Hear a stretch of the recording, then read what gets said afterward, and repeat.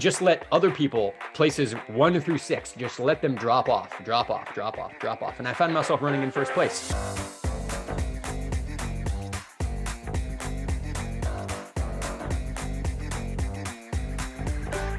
We're talking about pacing today, and I'm going to share with you just a couple of stories and then a recommendation for you.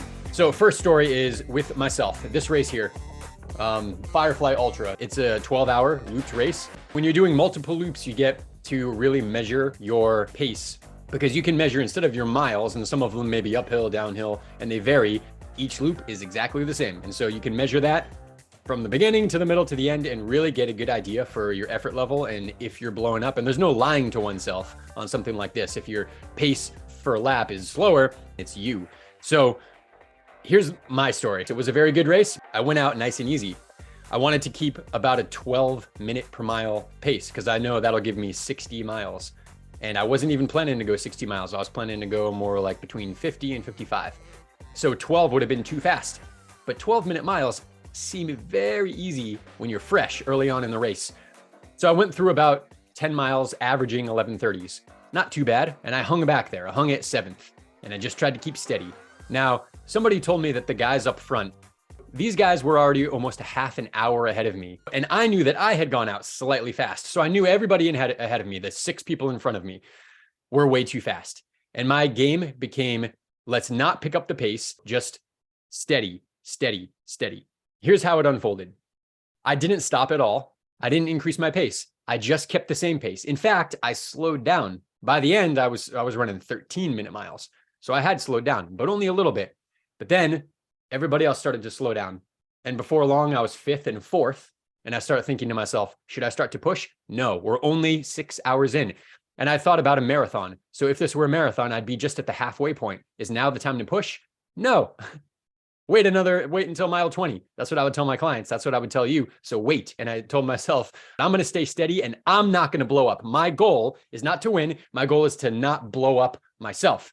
Now I come around one more loop and Anna was there and she told me second place, or the guy who was in first place, dropped out. He ran as much as he was going to run. He was exhausted and he stopped running. Boom. I'm in second place. Look at that. I didn't have to pick up the pace, moved up to second. The guy who's in first now, he's still 20 minutes ahead of me. And I try to catch him just by staying steady, loop after loop after loop. We're down to like an hour and a half to go. He's still 20 minutes ahead of me. I'm not catching him. Okay, I pulled a Heidi again. I let it go. I just focused on feeling free, feeling grateful, and just saying hello to the trees and the beautiful moon and the stars that were out. And I come around and Anna says, did you notice anything different this lap? What? No, I didn't notice anything different. Second place stopped. He's sitting down over there. I'm in first? Yeah, you're in first. Wow, look at that. How did I make up a 20-minute gap when I wasn't able to go any faster and I was going slower? All I did was stay steady, steady, steady, even slowing down a little bit, because in a really long race, you might slow down, and just let other people, places 1 through 6, just let them drop off. And I found myself running in first place with 2 laps to go. That's how much time I had. And I just kept going. I'd broken the course record at this point, but so did the guy who had already dropped out. And I figure it's a shoe-in. It wasn't. The guy who was in second place, he decided to get back up and sprint another 2 laps. He went right by me and he ended up beating me. We both did whatever it was, 53 miles, we'll call it. Now, point of that story is patience is a virtue here, especially the longer the race gets. Now in a 5K, you can afford, not really, but you could. I mean, if you go out a little bit fast, if you blow up in a 5K, you just got to hang on for another like couple minutes, you know? In a marathon, if you go out fast, you're asking for it. You're going to blow up. In an ultra, it is the death sentence, the death march. And I'll tell you about one of my runners, Trevor. He's in the military. He did a 2-mile PT test. And that's what he came to me for, to get better at. He was at about a 16:40 for his 2-mile. And he wanted to be the number 1 in his platoon. So we trained him.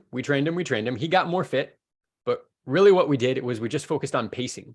Now he was running a massive positive split. We just worked on his pacing and got him to run an even split. He ran slight negative split by like 5 or 10 seconds. And we got him to, let's see if I can remember. He got from like 16:40 or 16:45, and we got him down to, I believe it was a 13:40. So we took off 3 minutes from his 2-mile. Yeah, he got more fit. but not 3 minutes more fit. Now, here's what I told him and what I'm going to tell you as well is practicing a little bit of humility early on in your race is key. I don't pretend to think that you personally don't have humility in your running, but what I found is that we can still have more and go out slower. So with Trevor, I told him when the gun goes off for your next PT test, you're going to be in dead last place. You could be up front if you went with them because you're fit enough, but you're going to pace this evenly. You're going to be in dead last. And he was, and it kind of sucks because his sergeant or whoever was conducting the test sees him in last place. Everybody sees him in last place. Kind of stinks, especially when you can be up front. It's humiliating in a way, hence practice humility. But then it was 8 laps on the track. And by he was still in dead last place with, I believe, 5 or 6 laps in. And then rapidly he started overtaking guys. And long story short, he finished first across the line. He passed everybody in the last 2 laps because they're all dying, then blowing up.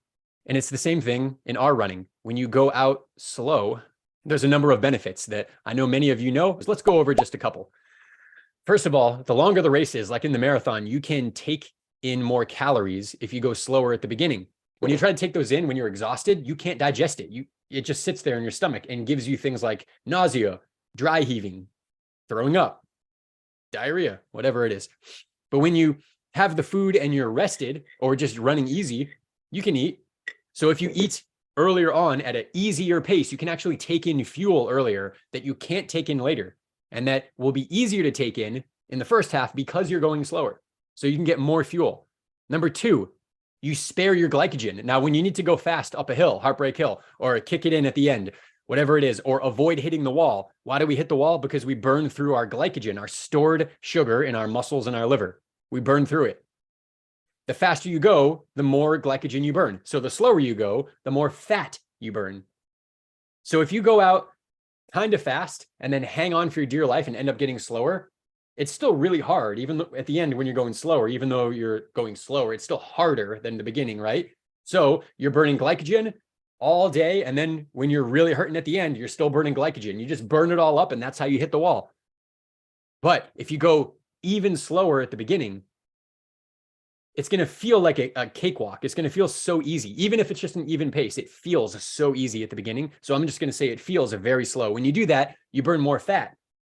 And what does that do? It spares glycogen so that you avoid hitting the wall. And in the marathon, this is probably the biggest key to unlock as a marathoner is avoid hitting the wall. Because you'll go, whatever, 5 minutes, 20 minutes faster just by avoiding hitting the wall, right? I mean, how many of you have run really well through mile 18, 20, 22, 23, and then really started hurting and slowing down, and you lose 30 seconds and lose 45 seconds and lose 90 seconds in a mile, and you lose 3, 4, 5 minutes or more in just the last 5K or 10K. If we avoid that, you don't even have to get more fit, just avoid hitting the wall, and you got maybe 5 minutes in your marathon right there or more. I mean, sometimes when you blow up, you really blow up, right? I have another training on this that I did with you guys called the 2% rule, where we talk about the difference. You want your first and second half to be not much more different than 2% from each other, whether it's a positive split or a negative split. That's about the difference. If it's more than that, so when I say go out slow, if you go out too slow and you just like walk the first half, of course you can run fast at the end. That's not what we're talking about. We're talking about being a seasoned runner. So in your marathon, knowing what your goal time is or what your PR is, take that pace, figure out what the average pace is to get there, and going out at the beginning of your race no faster than that pace. I actually recommend going slower than that pace at the beginning. Gradually pick it up, and then at some point, depending on who you are, you're going to pick it up and go even faster at the end. This is how you run faster. This is how all world records, all but one, every world record that I'm aware of from the 100 meters to the marathon that has ever been set, ever, men and women, they're all set with a negative split. And the one exception is Kipchoge's last world record in the marathon, where he's positive split, but it was by less than 2%. And he really just positive split because he pushed so hard going for this world record and he blew up a little. But when we say blow up, still a world record. It was pretty good. This is how you run fast. So good luck with your training. Good luck with your racing. Thank you so much for being here. Take care. Hey there, if you got something awesome from this video, share the love. Make sure to give us a thumbs up, subscribe, and share this video. We hope to see you on our very next one. Thank you for being here. Take care.